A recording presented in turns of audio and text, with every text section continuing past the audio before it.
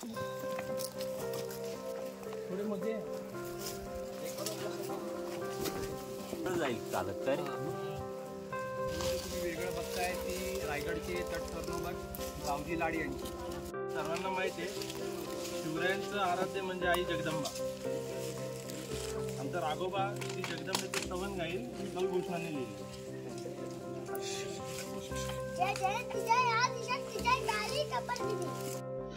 नमस्कार मंडळी. तर आज आपण काल जिथे थांबलो होतो तिथून आपण सुरुवात केली आहे. म्हणजे काल आपण रायनाक स्मारकच्या इथे आपण व्हिडिओ थांबवला होता, तिथून आज आपण पुढे सुरुवात करतो आहे. आणि आजचा व्हिडिओ स्पेशल असणार आहे, कारण बघा पुढे मी आता सांगितलं तर मजा निघून जाईल. बघा पुढे व्हिडिओ.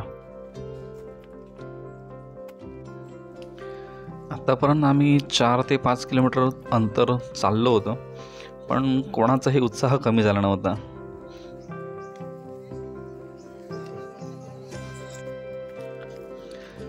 चालताना वाटेत मिळणारी रानफुलं आणि अशी ह्या वाटेत असंख्य पॅच आहेत की जिथे असं वाकून किंवा अक्षरशः खाली बसून जावं लागतं. बघू अजून पुढे पुढे काय काय बघायला मिळतंय. आणि हा असा सह्याद्री. आणि आपण आता पोचलोय आदिवासी पाड्यावर. ही पाशी घरं आहेत जुन्या पद्धतीची, अजूनही त्यांना तसाच लेप वगैरे दिलेला आहे. आणि हा आहे दुर्गेश्वर रायगड, जो आदिवासी पाड्यातून दिसतो. आणि हा आहे आपला रायगड परिवार.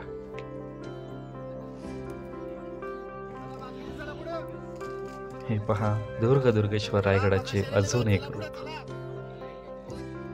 पावलं उचलत होती, उत्सुकता वाढत होती की रायगडच्या कुशीत अजून काय काय आहे ते जाणून घेण्याचे.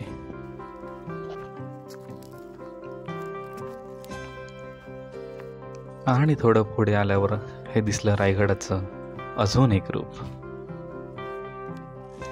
भवानीकडाच्या बाजूने हे रायगडाचं अजून एक रूप बघायला मिळालं.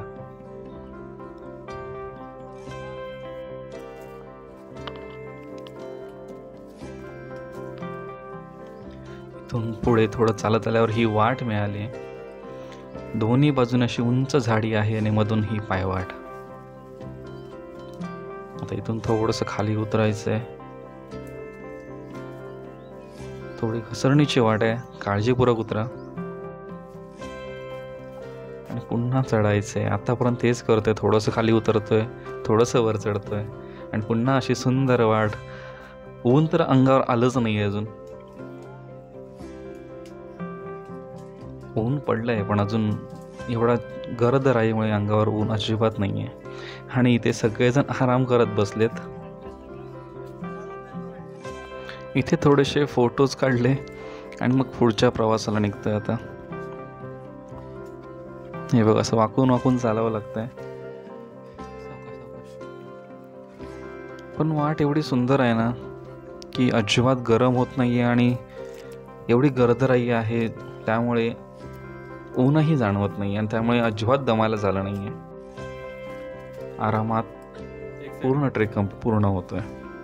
हे बघा, इथे अजून एक असं झाड पडलंय, त्यामुळे इथून पुन्हा खाली वाकून बसत जावं लागणार आहे.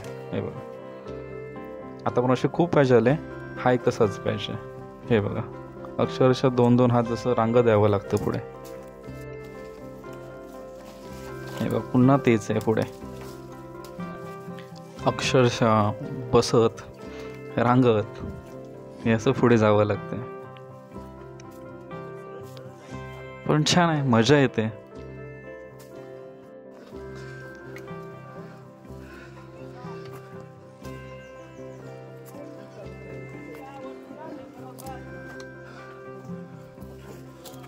एकदम खडी झाड आहे.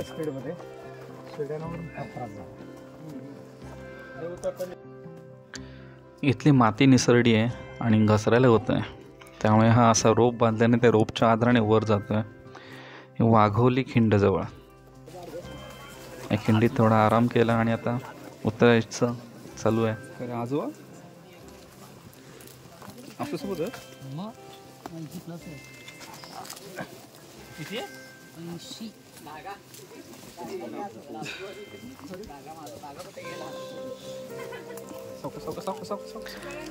आपल्या परिवारासोबत एक आजोबा आहेत. त्यांचं वय जवळपास 80च्या पुढे आहे, पण ते एवढे सफाईदारपणे चालत होते आणि तरुणांना लाजवेल अशी. खरंच बघा, तुम्ही बघू शकता हे आजोबा एकदम व्यवस्थित अगदी पद्धतशीरपणे उतरत आहेत. कसलीही घाई नाही, व्यवस्थित उतरत आहेत. आणि आजोबाने आम्हाला प्रोत्साहन दिलं असं म्हटलं तरी काही हरकत नाही आहे. आणि हे बघा, दुर्गेश्वर रायगडाचं अजून एक रूप. वाघोली खिंड उतरल्यावर आपल्याला हा असा दुर्गेश्वर रायगड दिसतो.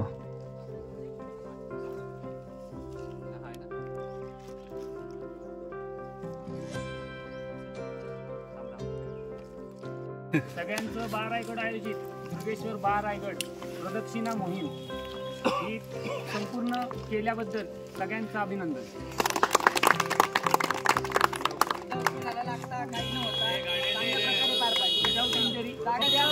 गाडीवाल्यांना जागा द्या, थोडे पुढे बसा, इथे खाली या, पुढे आणखी विदाऊट इंजुरी आपण मोहीम पूर्ण केली आणि वेळेच्या आधी कंप्लीट केलेली आहे. सगळ्यांचं खूप अभिनंदन. आणि आपल्याला जशी माहिती दिली होती आपल्या सगळ्यांनी रायनक स्मारकाच्या इथे, त्यानंतर आपण जी उतरली खिंड, ती पद्मावती कडा जो आहे भवानी कडा, भवानी कडाच्या इथून जी आपण खिंड उतरली, खिंडीतनं आपण सारंगी गावाकडे आलो. सारंगी गावाकडून पुढे आल्यावर आपल्याला सगळ्यांनी आपला जो ओढा लागला, ओढ्याच्या इथून जी तटबंदी दिसली, त्या पलीकडे बरोबर खोपणीतच आपल्या टी शर्टवर जो लोगो आहे, 12 रायगडचा जो लोगो आहे, वाघ दरवाजाचं महत्त्व खूप आहे. म्हणजे मराठा साम्राज्य जे आहे ते वाघ दरवाजामुळे वाचलं आणि टिकून राहिलं. आणि आपण आता साहित्यात बघू शकतो फक्त त्या वाघ दरवाजामुळे. वाघ दरवाजाच्या बरोबर जो अपोजिटला आहे तो पोटल्याचा डोंगर, जो रस्त्यात चालताना सगळ्यांना सांगत होते ह्या पोटल्याचा डोंगर, तिथून तोफांचा मारा. आता दंतकथा म्हणता येते. त्या काळी एवढ्या अंतराची तोफ, लांब पल्ल्याची तोफ होती की नाही, आणि त्या डोंगरावर जाईल की नाही, आणि तोफा त्या डोंगरावर नेल्या कोणी, किंवा तिथून त्या आपल्या वाघ दरवाजापर्यंत तो गोळा गेला का, आता हे सगळं दंतकथा आहे. काय आपण ऐकत काही अभ्यासक म्हणतात की या कथा आहेत, म्हणजे दंतकथाच आहे. तर आता वाघ दरवाजाबद्दल बऱ्यापैकी लोकांना माहिती आहे, तरी मी पुन्हा माझ्याकडून मी सांगतो. थोडंफार काही चुकलं असेल तर तुम्ही ते पोटात घ्यावी. वाघ दरवाजा हा महाराजांनी, छत्रपती शिवाजी महाराजांनी बांधला होता. जेव्हा हिरोजी इंदलकरांना किल्ला बांधायची त्यांनी पूर्ण जबाबदारी दिली होती, त्यावेळेस हा वाघ दरवाजा बांधून घेतला होता. त्यांची त्या काळी दूरदृष्टी होती. त्यांना छत्रपती शिवाजी महाराज हे महाराज ही पदवी कुठून आली आहे, तर ही शहाजी महाराजांपासून आली. त्या काळी काय म्हणायचे की राजा म्हणजे क्षितिजापर्यंत बघणारा, ज्याची नजर क्षितिजापर्यंत असते त्याला राजा म्हणतात. तर महाराज म्हणजे कोण? महाराज म्हणजे कोण तर क्षितिजा पलीकडची नजर ज्यांची असते त्यांना महाराज म्हणतात. हे कोणी आपल्यांनी लिहिलेलं नाही, हे इंग्रजांनी लिहिलेलं, बाहेरच्या परकीयांनी लिहिलेले. महाराज हे फक्त शहाजी राजांना म्हटलं गेलं, महाराज शहाजी राजे. त्यानंतर छत्रपती शिवाजी महाराज, याचा फायदा हा आपल्याला पुढे भविष्यात खूप झाला होता. कारण महाराज शहाजी राजे हे आदिलशाहीत काम करत होते, सरदार होते. त्यात त्यांनी खूप संबंध जपले. त्याचा फायदा हा शिवाजी महाराजांना झाला आग्र्यावरून सुटताना. त्याचा फायदा हा संभाजी महाराजांना झाला. त्याचा फायदा पुढे जाऊन शाहू महाराजांना पण झाला. जो अटकेबार झेंडा म्हणतात तो तिथपर्यंत, म्हणजे ते संबंध तिथून होते सगळे. त्याचा डिटेल अभ्यास इतका माझा नाही आहे, पण मी थोडक्यात मी तुम्हाला सांगतोय. जर तुम्हाला गुगलवर पण मिळू शकतं, पुस्तकं जर का वाचत असाल त्यातही मिळून जाईल. आणि काही व्हिडिओज पण आहेत. भूषण ठाकूर म्हणून एक आपले परिवाराचे सदस्य आहेत, तांदूळवाडी किल्ल्याचं पूर्ण काम बघतात ते. तर त्यांचं एक यूट्यूबला चॅनल आहे भूषण ठाकूर म्हणून, तुम्ही टाकलं तर तुम्हाला त्यांचे व्हिडिओ सापडतील. त्यांनी या वाघ दरवाजाबद्दल मागच्या वर्षी इथे थांबून त्यांनी माहिती दिली होती आणि आम्ही इथं बसलो होतो. त्यांची काही अनुपस्थिती आहे थोडीफार, ते तांदूळवाडीला मोहीम चालू आहे त्यामुळे ते येऊ शकले नाही. तर त्यांची कुठेतरी थोडीशी जागा घेतोय असं त्यांनी जे सांगितलं तेच मी सांगतोय, मला जितकं माहिती आहे तितकं. आणि तो जेव्हा दरवाजा बांधला त्या दरवाजाचा फायदा हा राजाराम राजांना झाला. तेव्हा छत्रपती संभाजी महाराज यांचं निधन झालं त्यानंतर राजाराम राजन हे गादीवर होते. त्यांना रायगडावर आक्रमण केलं होतं, मोगलांनी रायगडावर आक्रमण केलं होतं आणि चौबाजूंनी आक्रमण केलं होतं. रायगड हा ताब्यात घ्यायचा. त्यांना त्या काळी असं होतं, सेतुबाईंना कैद झाले आणि राजाराम राजांना वाघ दरवाजा मार्गे खाली उतरवलं आणि त्यांना जिंजीला पाठवलं. आता ती वाट जर बघितली तुम्ही तर तिथून एक मोका माणूस जायला पण एवढा अवघड आहे की त्या काळी राजाराम महाराज कसे उतरले असतात. चढणं ठीक आहे आपण जर त्याच्यापेक्षा अवघड. आणि रायगड तुम्ही आता प्रदक्षिणा अनुभवली, रायगड बघितला असेल तर रायगड हा पूर्ण चौबाजूंनी तासलेला आहे. एक पत्र होतं ना, त्यात असं म्हटलंय की चौबाजूंनी तासलेला असा तो डोंगर, त्याला रायगडाचा उपमा दिला. म्हणजे जणू तो तासून ठेवलेला दगडच आहे अशी उपमा रायगडाला दिली आहे. आणि रायगड ही राजधानी का केली तर ह्या कारणामुळेच केली. आजूबाजूला कुठलाही एकही डोंगर नाही आहे, एकही डोंगर नाही आहे रायगडाला. आणि दरवाजा सोडला तर चोर दरवाजा अशा दोनच वाटा आहेत. एकमेव वाट. आणि महादरवाजा कुठली जे आपण सकाळी प्रेरणा मंत्र आणि ध्येय मंत्र जिथं घेतलं ती जुनी राजमार्ग होता नाणे दरवाजा. आणि आत्ता जो चित्त दरवाजा आहे तो नंतर केलेला आहे. तर चित्त दरवाजा का म्हणतात तर तिथं ती चित्त करणारी खिंड होती, तिथं खिंड होती ती खिंड. आता जर का तुम्ही त्या समोर एक बघितलं ना, छोटा तो डोंगर आहे, टेकू आहे, तिथं बरोबर ती खिंड आहे. त्या खिंडीतनं आपण क्रॉस होऊन नाणे दरवाजाला जातो. तर तिथं का तर वरून बरोबर हिरकणी बुरुज तिथंच ते हिरकणी बुरुजावरून बरोबर आक्रमण करायचं. जर का शत्रू तिथून पास होणार असेल तर वरून त्याच्यावर दगड फेक काही म्हणजे तिथून आक्रमण करून शत्रूला तिथं चित करायचं, तिथं चितपट करायचं. त्याला चित्त दरवाजा म्हटलं ते. त्यामुळे त्याचं नाव चित्त दरवाजा असं ठेवण्यात आले.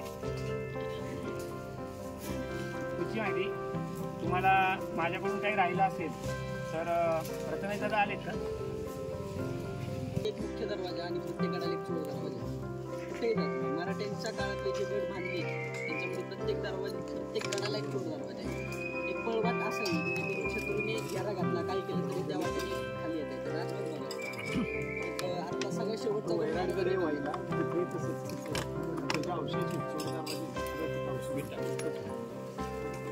दरवाजा तुम्ही बघितलं तर याच्यासारखं आहे.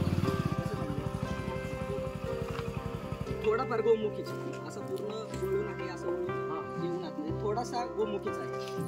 अजूनही त्याची बांधणी अशी आहे ना की त्या दगडामधून गवत पण उगवत नाही, असं एवढं हे झालेलं आहे. जसा महादरवाजा बघितला तुम्ही, महादरवाजा पण त्यामध्ये एकही चीर दिसणार नाही, काही दिसणार नाही. 350 वर्षापूर्वी म्हणजे 300 वर्षापूर्वी जो बांधलेला किल्ला किंवा दरवाजा तो अजूनही टिकलेला आहे, अजूनही तसा शाश्वत आहे, अजूनही सुस्थितीत आहे. जर का आत्ताची आपली मानवरूपी जी माकडे आहेत तिथं दरवाजांवर त्या चिरा आहेत, त्यांच्या कड्यावर चालतात, सेल्फी काढतात. 350 वर्षाचा दगड आहे, त्याच्यामध्ये चुना, डाळ, जे 9 प्रकारचे धान्य आणि गूळ हे सगळं मिळून शीत हे सगळं मिळून ते बांधलेलं असायचं. सिमेंट वापरत नव्हते. त्यालाही काहीतरी कालावधी असतो. ते वातावरणामुळे आणि पोल्युशनमुळे, आत्ताचं जे वाढतं पोल्युशन आहे त्यामुळे त्याच्यावर केमिकल रिॲक्शन्स होतात, ते जिथं चालले ते दगड लूज होतात. जर का कुठे इनकेस दगड लूज असते ना त्या ठिकाणी आपण थांबायचं नाही. आणि आपण तेच सांगतो, आम्ही तेच सांगतो की त्या दगडावर थांबवू नका. याचं 2 गैरफायदे. एकतर तो दगड जाणार, तो परत लागला जाणार नाही तिथं, आणि एकट्याचा जीव जाऊ शकतो. 2 आहेत. आणि किल्ला बंद होतो. हे 2 तोटे असतात. आपल्याला काय हा इतिहास आपल्या पुढच्या पिढीला दाखवायचा आहे. असा जपत ठेवायचा, असा शाश्वत ठेवायचा, पुढच्या लोकांनी त्यांच्या पुढच्या लोकांपर्यंत पोहोचवलं पाहिजे. आता रायगडच का राजधानी पहिली राजगड राजधानी होती 25 वर्ष, दुसरी राजधानी रायगड. पण आपल्या रायगड परिवाराचं जो आपण शिवजयंती करतो, आपण जो श्री गणेशा ज्या मोहिमेपासून केलेला आहे, किल्ले सुधागड रायगडाची प्रतिकृती एकदम असं म्हटलं आहे, तशी प्रतिकृती टकमक टोकासारखं पण जिथं सेम चकमक टोक आहे, महादरवाजा आहे. काही इंचांचा फरक आहे, जसं मोहनदादांनी सकाळी सांगितलं होतं, काही इंचांचा फरक आहे. तिथं महादरवाजाची हाईट कमी जास्त आहे, पण आहे तसा तो दरवाजा आहे असं म्हणतात. काही कथा अशा आहेत की राजांनी एक आधी प्लॅनिंग करायची की रायगड कसा करायचा आहे, आपल्याला राजधानी कशी करायची. तर तिथं तो ट्रायल घेतला होता.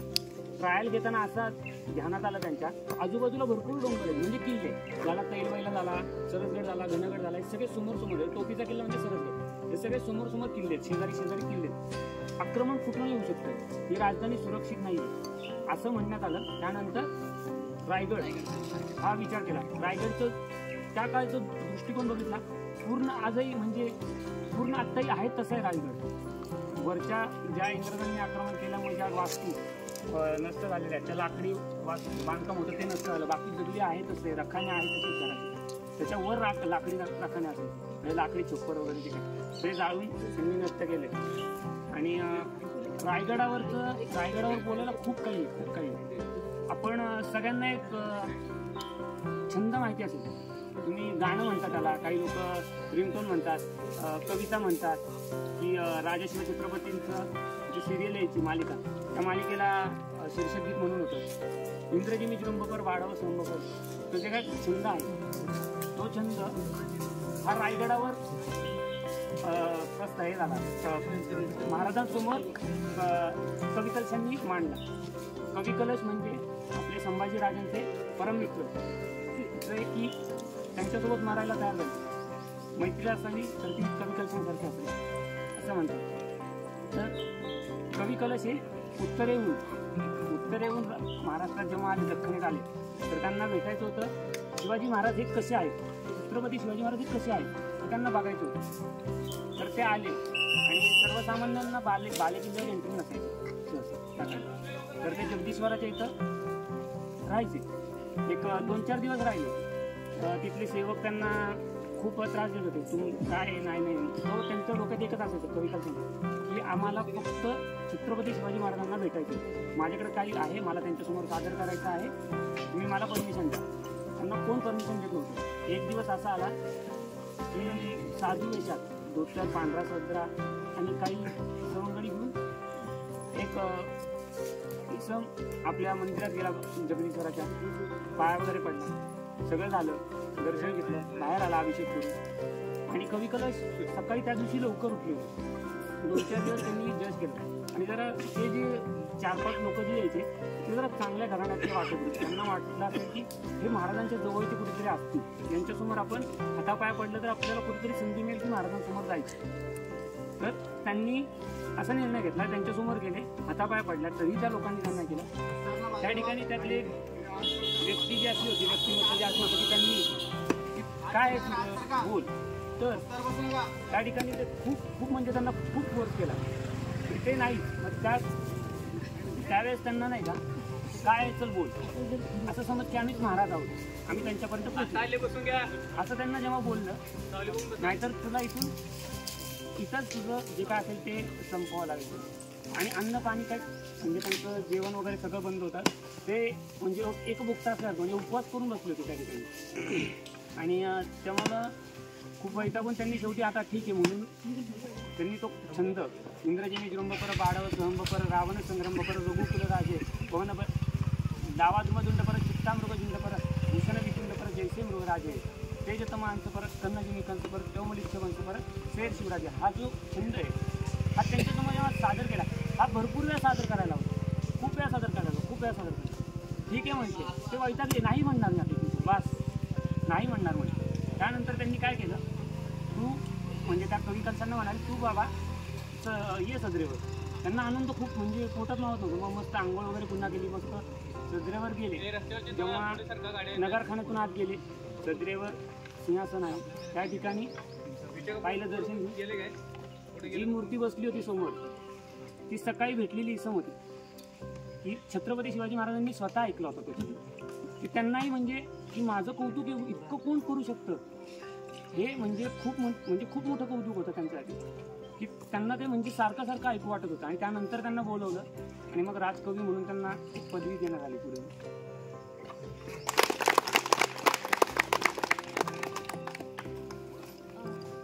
तिथली माहिती संपलेली आहे. आता पुढे जिवाजी लँड स्मारक आहे तर कळकाय खिंडी, ते आपल्याला माहिती देईल ओमकार. तर आपण थोडे पुढे जाऊ, तिथे थांबू, ती माहिती घेऊन मग जेवण करू.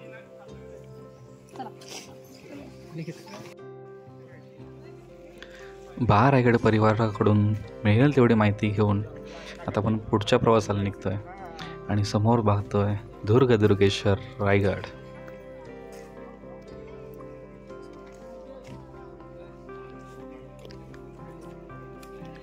आणि समोर आहे हा वाघ दरवाजा, याची माहिती आपण पुढे जाणून घेऊ. ही आहे काळकाई खिंड.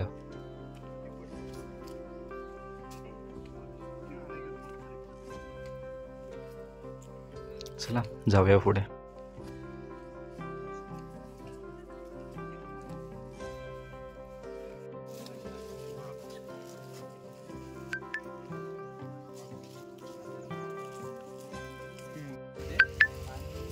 तुम्ही वेगळं बघताय ती रायगडचे तटकर्मठ गावजी लाड यांची.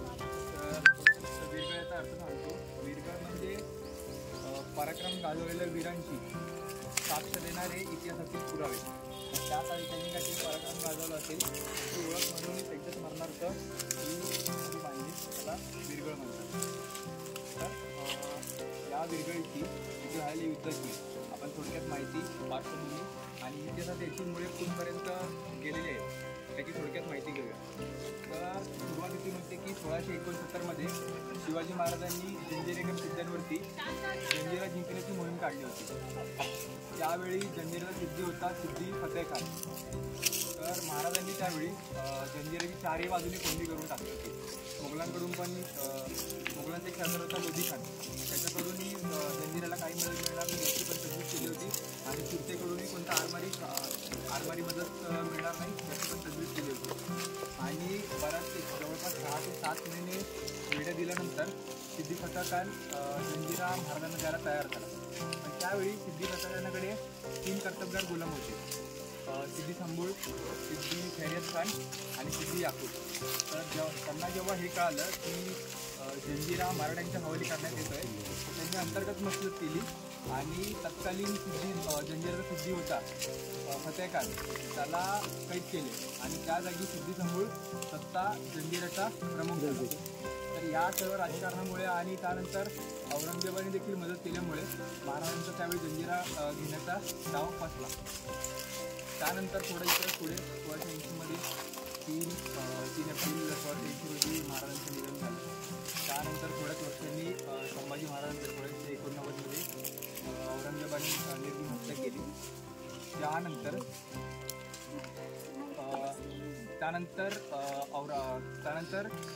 इतिगत खान, औरंगजेबाने इतिगत खानाला रायगड घ्यायला पाठवलं.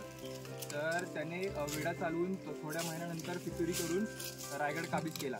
त्यावेळी राजाराम महाराज आपण आधी बघितलं की वाघदरवाज्यातून निसटून गेले जिंजे दिशेने आणि जे येसुबाई आणि शाहूराजे होते आणि इतर राजकुटुंब होतं ते पडलं मोगलांच्या हातात.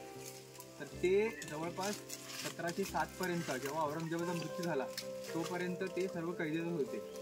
तर त्यावेळी औरंगजेबाने काय केलेलं की रायगडचा किल्लेदार म्हणून एक हा होता राजपूत, शेरसिंग नावाचा राजपूत होता, याला किल्लेदार नेमलं. त्याच्या खाली रायगडवाडी, आपण जिथून प्रदक्षिणेला सुरुवात केली चित्त दरवाजा, नंतर नाणे दरवाजा थोडं पुढे आलं की डाव्या अंगाला, आपण त्या रस्त्याने आलो नाही पण त्या डाव्या खालच्या बाजूला रायगडवाडी म्हणून एक हे आहे. तर सिद्धी खैरियत जो आधीच्या 3 सिद्धीमधला जो सिद्धी होता त्याला औरंगजेबाने रायगडवाडीचा अंमलदार केला. ह्या मागे राजकारण काय होतं औरंगजेबाचं की एकतर सिद्धीला रायगडाचा पूर्णपणे ताबा द्यायचा नव्हता आणि रायगडाचा किल्लेदार केलेला होता शेरसिंग राजपूत. तर मराठ्यांची आणि राजपूतांची हात मिळवणी होऊ नये म्हणून त्याने सिद्धी नावाची मेघ रायगडच्या पायथ्याला मारलेली. तर हे 1700 त्यानंतर औरंगजेबाचा मृत्यू झाला 1707 1707 मराठ्यांचं इथे काही साम्राज्य नव्हतं. सर्व सत्ता मुघलांच्या हाताखाली होती. त्यासोबत जंजिरेकर सिद्धी देखील कारभार बघत होते.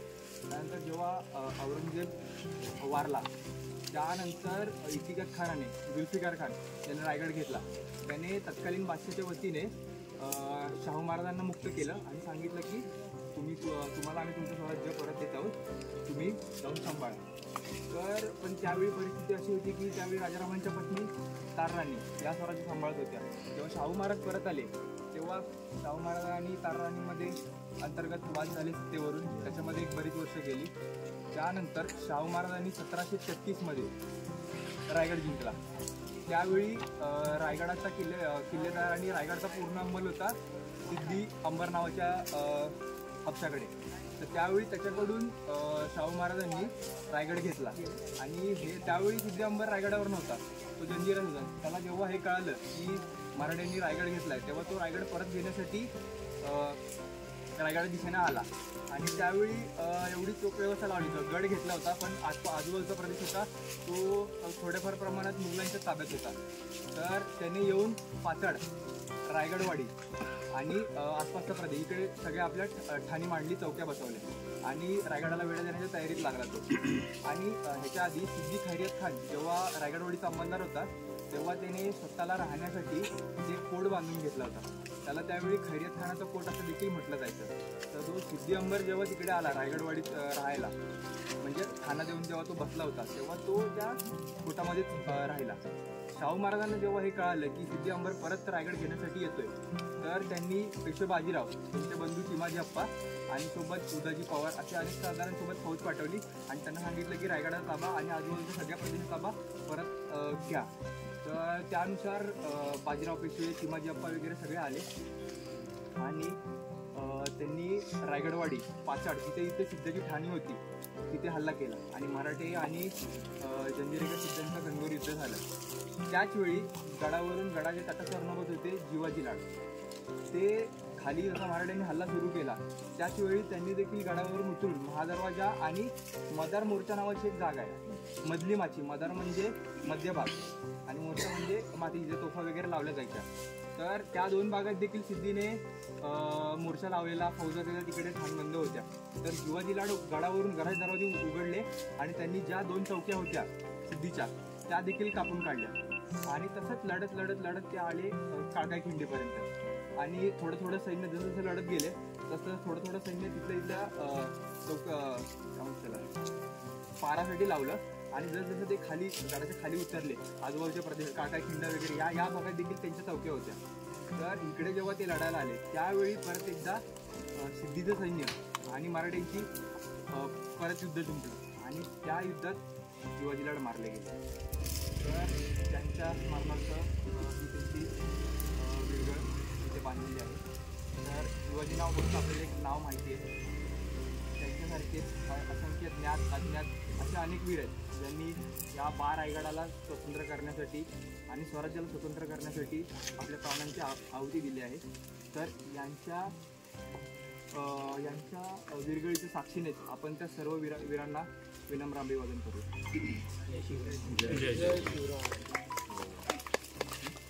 सर्वांना माहिती आहे शिवरायांचं आराध्य म्हणजे आई जगदंबा. आमचा राघोबा श्री जगदंबेचं स्तवन गाईन कविभूषणाने लिहिले. जय जय विजय आदिशक्ती जय काली कपर्दिनी जय मुदुगई चंडी देवी जय मही जय मर्दिनी जय चामुंड जय चंडमुंड बंडासुर खंडिनी जय सुरत जय रक्तबीज बिट्टाल बिहंडनी जय जय निशुंभ सुंबतल्ली आणि भूषण जय जय गणी सर्जा सब शिवराज कहे सर्जा सब शिवराज कहे जय जगजननी जय जगजननी जय जगजननी.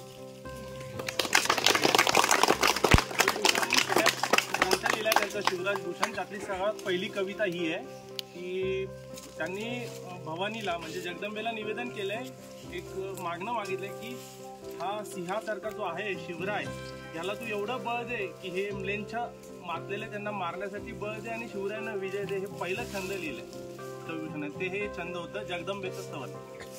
आता कोणतं गातो?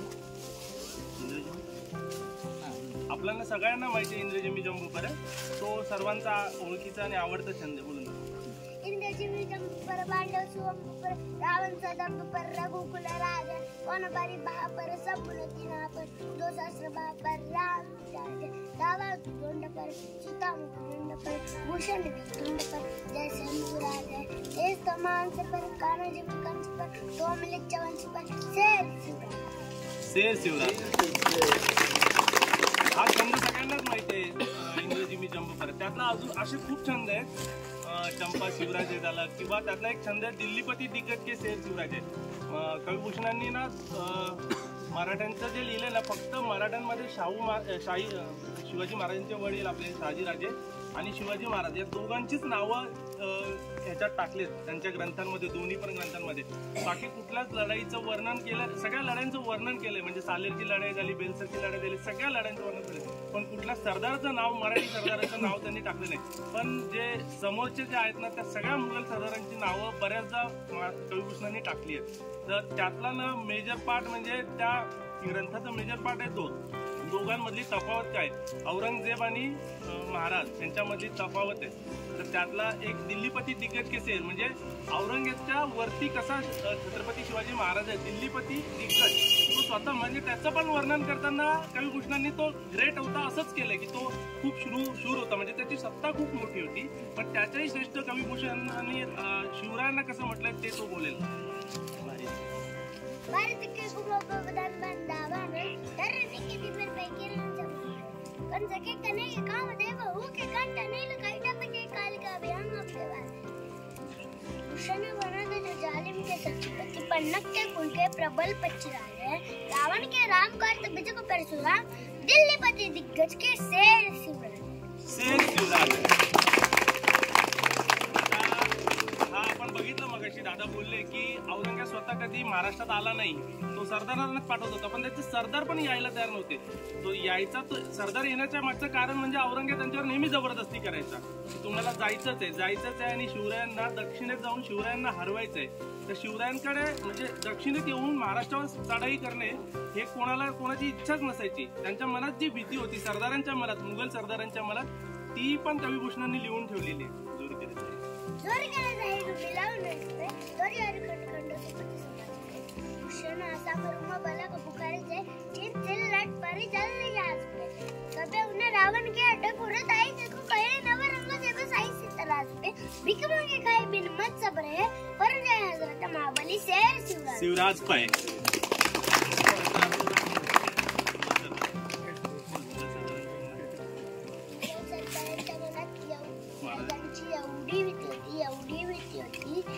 औरंगजेब त्यांना सांगायचा जाऊन दक्षिणेत शुभांवर स्वारी करा, तेव्हा ते सांगायचे आम्ही तुम्हाला चिन सिलट बलक आसाम हे जिंकून देऊ, पाहिजे तर राजाशी विदेश पण जिंकून देऊ, पण आम्ही महाबली शेर शिवराजवर दक्षिणेत स्वारी करायला जाणार नाही. एवढंच नाही, ते म्हणायचे आम्हाला तुमची मनसबदारी नको, आम्ही भीक मागून खाऊ, पण आम्ही दक्षिणेत स्वारी करायला जाऊ नाही. एवढंच नाही तर औरंगजेब स्वतः कधी महाराष्ट्रात आला कारण त्याला माहित होतं नरसिंह आहे लगेच फाडतो, डायरेक्ट फाडतो. भरपूर छंद पाठ आहेत. पण आता त्याने ना शाहिस्ते खानाची जी लाल मालात फजिती केलेली आपण बोलतो तांडव महाभारत तो गाऊन दाखवे.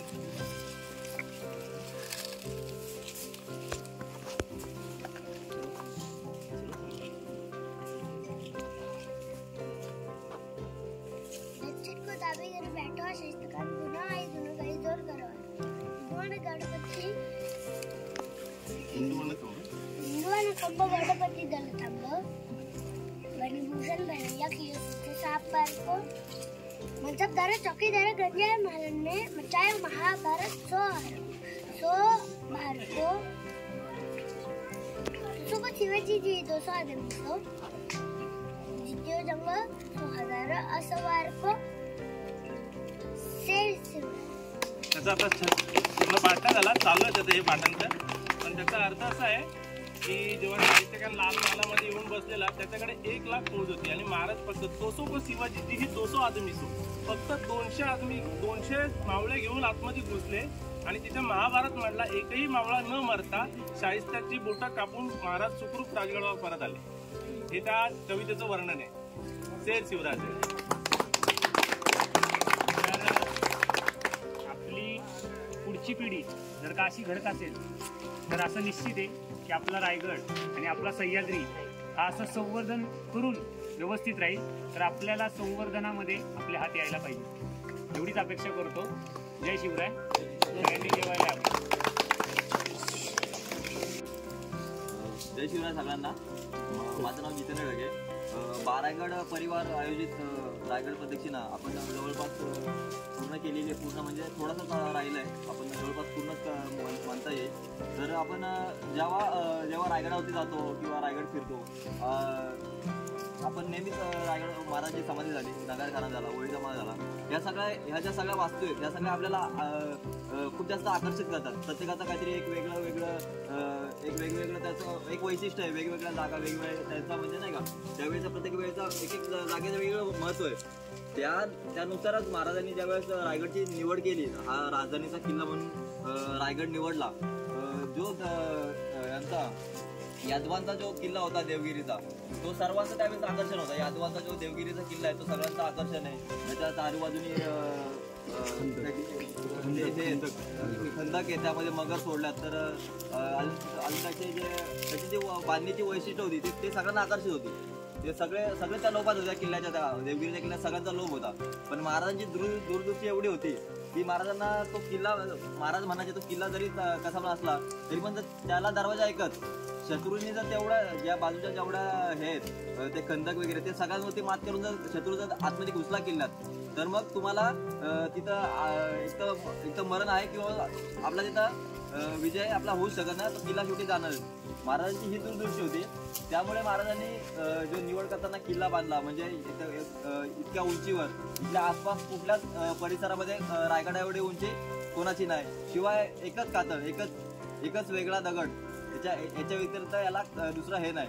एवढं सगळं करताना आपण सगळ्या वास्तूंचा हे घेतो, आपल्याला सगळ्या वास्तू माहिती आहेत. पण या सगळ्यांमध्ये महाराजांची दूरदृष्टी अजून पुढची एवढी होती की त्यांनी वाघ दरवाजा बांधला. आपण जिथं बसलोय बरोबर, इथे मागच्या त्या झाडाकडनं बघा, तिथे मागे इथं वाघ दरवाजा आहे बरोबर. तिकडे चित्ते दरवाजा, नाणे दरवाजा आणि मुख्य महादरवाजा बरोबर. जोपर्यंत महाराज होते तोपर्यंत औरंगजेब म्हणा किंवा कुठलाच म्हणा कोणाची एवढी हिंमत झाली नाही की तो महाराष्ट्रात येऊन इथे एवढी म्हणजे रायगडावरती तरी कोणी चाल करून येईल बरोबर. पण ज्यावेळेस महाराजांच्या काळानंतर महाराजांचं निधन झालं, त्यानंतर संभाजी महाराज आपले पकडले गेले, त्यानंतर त्यांना जे आपल्या त्यांच्या पण निधनानंतर मग त्यांच्या निधनानंतर पण जो सगळ्यांचा फोकस होता औरंगजेबाचा तो रायगडावरती होता. त्यांना माहिती आहे मराठ्यांचा राजा आता नाहीये, त्यांचा पुत्र तो सुद्धा नाहीये. मग आता त्याला वाटला की आपण हा रायगड एकदम सहजरित्या आपण काबीज करू. त्याचा जो आकर्षण होता रायगड, पण त्यांना हे माहित नाही की महाराजांची दूरदृष्टी किती पुढपर्यंत आहे. त्यासाठी महाराजांना माहित होतं का महादरवाजावरती शत्रू येऊन ठेपला तर एवढा बांधलेला रायगड देणं आहे म्हणजे तिथे शत्रूचा विजय. म्हणून महाराजांनी वाघ दरवाजाची निर्मिती केली, वाघ दरवाजा बांधला. जसा आपला महादरवाजा आहे तसाच सेम टू सेम त्याच आकृतीचा वाघ दरवाजा आहे. फरक एवढाच आहे त्याची जी आपण बोलतो साईज आणि याची जी म्हणजे हे त्याच्यामध्ये फक्त कमी हा छोटा आहे, हाच फरक आहे. आणि शिवाय इथं उतरायला पायऱ्या नको, म्हणजे कोणी सहजरित्या याच्यावरती जायला नको. त्या तिथनं म्हणजे शत्रू किंवा कोणी म्हणा त्याला सहजरित्या किल्ल्यावरती येता नाही आला पाहिजे. म्हणून तिथं कुठले खाली रस्ता वगैरे चांगले रस्ता वगैरे केलाच नाही. म्हणजे संपूर्ण खाली कातळ आणि एक दरवाजा म्हणजे तो गुप्त दरवाजा अशा रीतीने त्याचा हे केला होता. महाराजांच्या काळापर्यंत कधीच त्याचा वापर करण्यात आला नाही किंवा कुठं नोंद नाही. त्यावेळेस कारण की त्यावेळेस थोडीशी एवढी हिंमत नाही की येऊन त्यांनी रायगडावरती जायचं. पण एवढं सगळं झाल्यानंतर या वाघदरवाजाचं एक महत्व विशिष्ट असं काय वाटतं आपल्याला? बाकी पण दरवाजे आहेत, पण हा दरवाजाबद्दल का एवढा इतिहास किंवा हाच आकर्षण का? तर याच्या मागचं कारण असं आहे, एक साधारण काळ आठवा 350 वर्षापूर्वीचा, महाराजांचा जन्म नव्हता. संपूर्ण आपल्या राष्ट्रावरती फक्त मोगलाई तिकडे तिकडे हिरवे झेंडेच फक्त हे होते. पूर्ण शेताची नासधूस झाली, आया बहिणींची आबरू दिवसा ढवळ्या लुटली जात होती. म्हणजे परकीय आक्रमणाने आपण एवढे त्रस्त झालो, एवढे त्रासलेलो होतो की आपल्याला शेवटी एक तर आपला त्या शत्रूंच्या काय म्हणतात स्वाधीन झाल्याशिवाय किंवा आपला धर्म परिवर्तन केल्याशिवाय आपल्याकडे काहीच पर्याय उरला नव्हता. त्यावेळेनंतर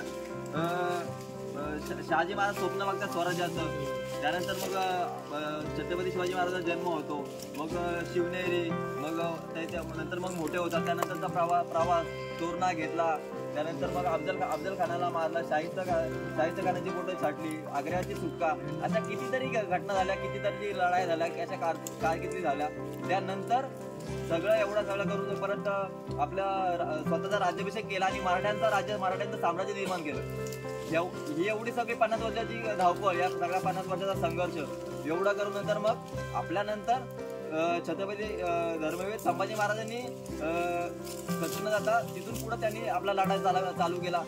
जरी आपला हे झालं महाराजांचा राज्याभिषेक झाला तरी लढाई तिथे संपली होती का? मराठ्यांचं राज्य निर्माण झालं, शून्यातून विश्व निर्माण झालं, पण लढाई संपली होती का?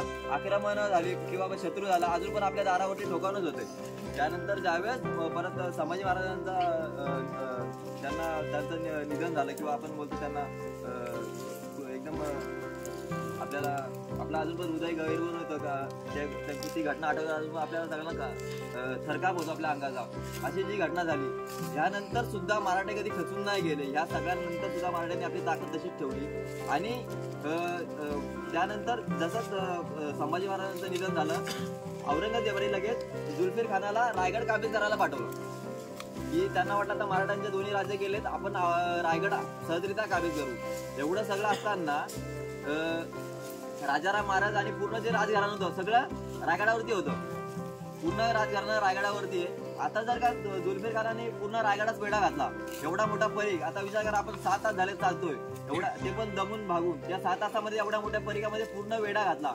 आणि त्याला एवढंच माहित होतं की महादरवाजा आहे म्हणून तो पाचाडमध्ये त्यांनी पुन्हा आपला ठाण मांडून राहिला की इथनं कोणी खाली आला नको, खालनं वरती जायला नको. आणि इकडच्या जेवढ्या पण आसपासच्या भागामध्ये पूर्ण चौक्यांमध्ये शत्रूचा असा एवढा पारा होता.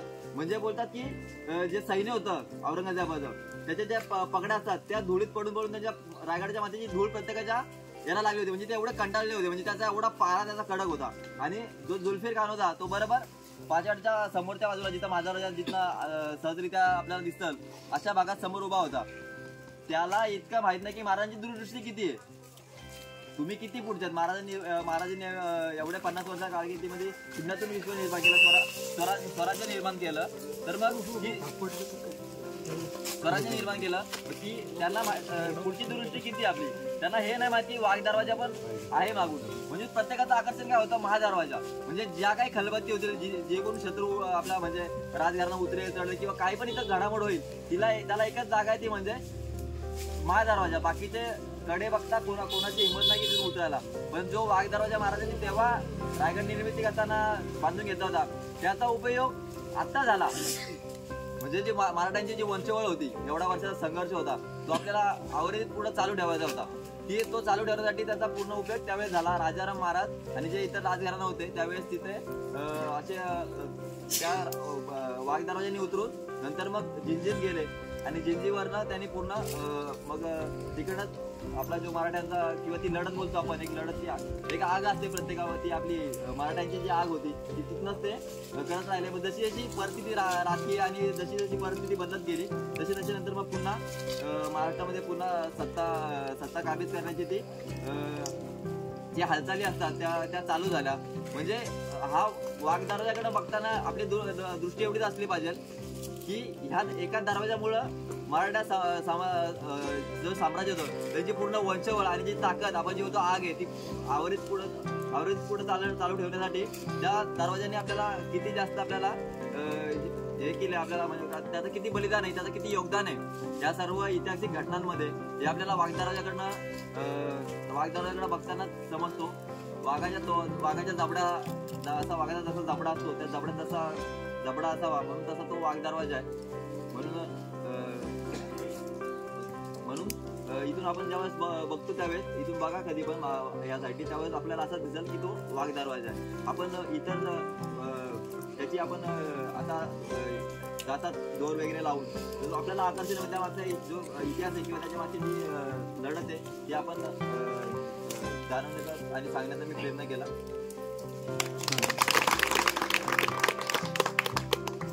जी गोष्ट आहे आपली, जो आपला महारागड परिवार आहे, आपण जो आपला जो लोगो आहे त्या लोगोवरती सुद्धा आपला जो आहे तो वाघदरवाजाच आहे. हा वाघदरवाजा आणि तो आपल्या लोगोवरती पण वाघदरवाजा आहे.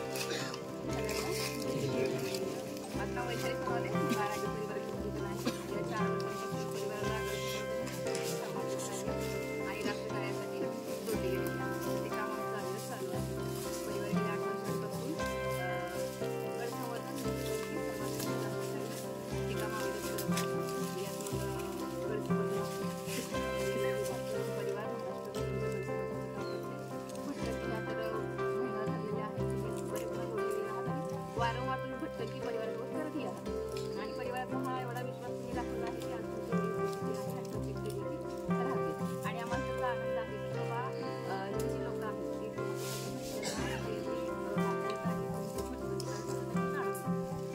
तर परिवाराची 7 जानेवारीला सुधागडला मोहीम आहे. तर जसे तुम्ही भटकंतीसाठी एकत्र येते तसे भटकंतीसाठी बोलते तसे तुमचे हात संवर्धनासाठी सुद्धा येते. कारण खूप साऱ्या गडावरती आम्ही काम करतो आम्हाला 10 ते 15 लोक जोडलेले आहेत आणि ते जोडलेले असतात नाही तर मी सांगायचं आहे सह्याद्री जपणं आणि गडकिल्ले जपणं किती एवढी काळजी करतात. जर आपण गडकिल्ले बघितले तर ते जपलं जाते. तर आपण आपले गडकिल्ल्यांची जबाबदारी आपला जो इतिहास आहे आणि मिरवतो तो तर आपणच जपतो. तर त्यासाठी आमचे लेखक लागलेले आहेत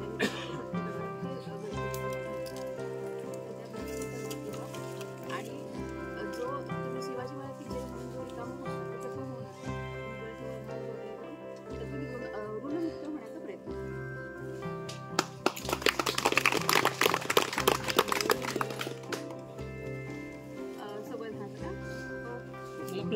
प्रत्येक विभागानुसार विभाग प्रमुखांचे नंबर किंवा काय दिले जाईल त्याच्यानुसार तुम्ही संपर्क साधून हा ग्रुप राहील कंटिन्यू. त्याच्यामध्ये आपल्याला प्रत्येक संवर्धन जे लागणार आहे मोहिमा लागणार आहे त्याचे एक मेसेज येतो आधी 1-2 आठवडे किंवा 15 दिवस आधी येतो. त्यानुसार तुम्ही त्या ठिकाणी जाऊ शकता संवर्धन. काही वेळेला आपण ते कम्युनिटीमध्ये पण घेतलेले आहे ग्रुप आता हा सुद्धा ग्रुप दिला जाईल.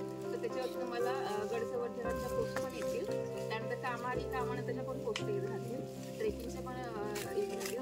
सामाजिक कार्य सुद्धा पोस्ट येतात. सामाजिक कार्यामध्ये आम्ही मग आमचं अखंड पुस्तकदान हे नेहमी चालूच आहे. म्हणजे वर्षभर हा उपक्रम चालतो. त्याचबरोबर आम्ही पण सांगायचं होतं की रहाड परिसरातल्या लोकांच्यासाठी वही पुस्तकं पेन आणा तर तेही आम्ही देत असतो. त्याचबरोबर आम्ही महामातांना कृतीशील अभिवादन करताना सॅनिटरी पॅड्स सुद्धा वाटत होतो. रक्तदान शिबिर हे वर्षभर चालतं आपलं. त्याचबरोबर आम्ही महिला दिनाला आम्ही महिला आरोग्य शिबिर घेतले. तर ह्यासाठी सुद्धा कार्यक्रम आम्ही घेतो, हे उपक्रम राबवतो. तर ह्यासाठी तुम्ही सगळे जोडले जा आणि सहकार्य करा. तसंच कोल्हापूरला फ्लूड आला होता बघा त्यावेळी पण मदत कार्य केलं परिवाराने. तसंच निरशाळवाडीला आता मोठी दुर्घटना घडली त्यावेळी पण 2 दिवस परिवार तिथं अविरत काम करत होते.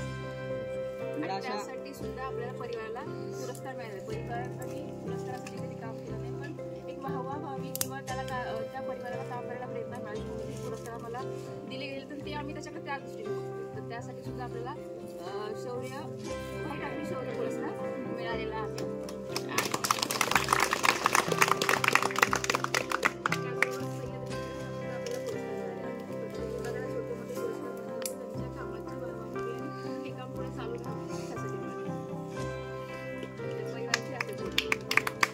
परिवाराचं इंस्टाग्राम हँडल आहे, फेसबुक हँडल आहे. तर तुम्ही त्याच्यामध्ये ग्रुपमध्ये लिंक वगैरे पाठवली जाईल त्यानुसार तुम्ही त्या जॉईन व्हा आणि येणाऱ्या प्रत्येक मोहिमेला किंवा संवर्धनाला म्हणा की नवीन ट्रेक असावा त्याला तुम्ही जॉईन व्हा.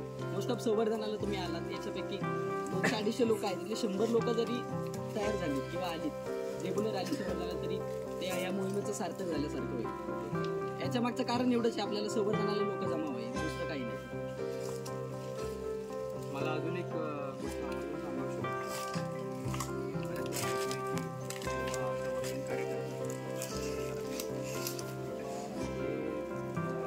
रेग्युलर येत नाहीत हे लोक खूप चांगलं काम करत आहेत, प्रत्येक ठिकाणी खूप अवघड आहे आणि नकळत पण एक दुरावा वाढत असतो. ही परिवाराची लोक जी जोडली गेली की ते वेगळं असं काय करत नाही. सगळ्यांना टाईम असतो त्यातून थोडासा वेळ काढता येते आणि फक्त यायचं काम करतं. आता काही जणांना वाटतं की संवर्धन करायचं म्हणजे 4 रविवार तिकडेच घालवले पाहिजे.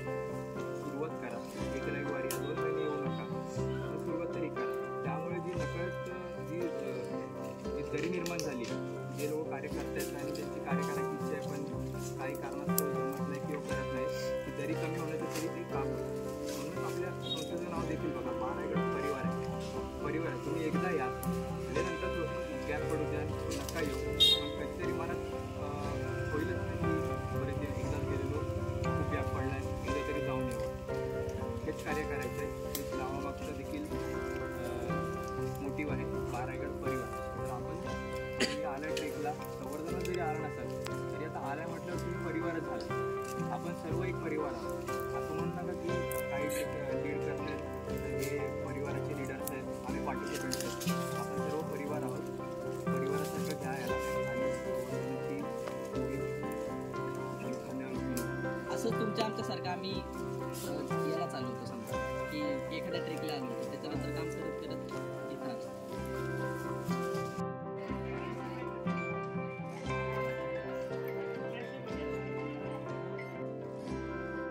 नमस्कार मंडळी, आजच्या व्हिडिओमध्ये आपण इथेच थांबूया. तुम्हाला माझा हा व्हिडिओ कसा वाटला हे कमेंट्स करून नक्की सांगा. व्हिडिओ आवडल्यास लाईक शेअर करा आणि माझ्या चॅनलवर नवीन असाल तर माझ्या चॅनलला सबस्क्राईब नक्की करा. पुन्हा भेटूया पुढे अशाच एका व्हिडिओमध्ये. तोपर्यंत काळजी घ्या आणि धन्यवाद. असंच तुमचं प्रेम राहू द्या. तुमचं लाईक शेअर कमेंट्स आणि सबस्क्राईब करणं हे एक नवीन व्हिडिओ बनवण्यासाठी प्रोत्साहन देत असतं. सो ह्या गोष्टी नक्की करा आणि मलाही आवडेल नवनवीन व्हिडिओ तुमच्यासमोर घेऊन यायला. सो तुमची साथ अशीच राहू द्या. धन्यवाद. पुन्हा भेटू पुढच्या व्हिडिओमध्ये. तोपर्यंत बाय बाय. काळजी घ्या.